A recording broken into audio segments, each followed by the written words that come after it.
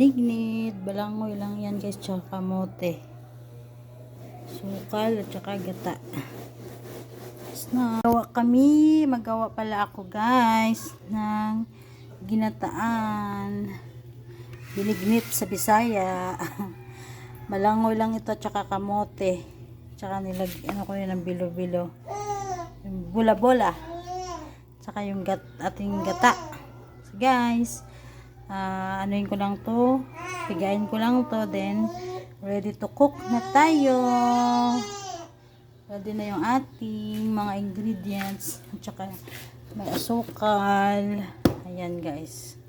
So guys, luto-luto. Ayan guys, kumulo na siya. Sinala na natin siya sa apoy.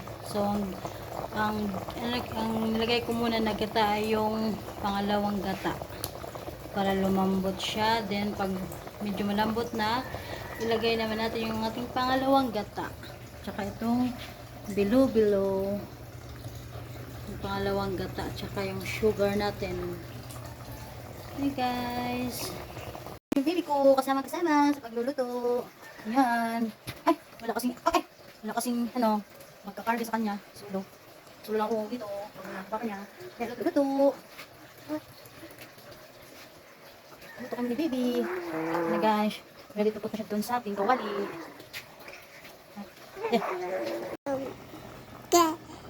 Ayan guys. Ilagay na natin yung ating pangalawang gata.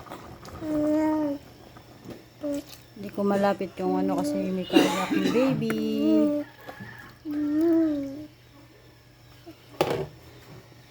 Then yung ating bilo-bilo, isa-isay natin paglagay. Ayan guys, nilagay ko na yung bilo-bilo, yung bola-bola. Ayan, hintay lang natin siyang kumulo. Hindi muna natin siya lukay para bumuo siya. Pag inalukay yan, magkahiwa-hiwalay yan.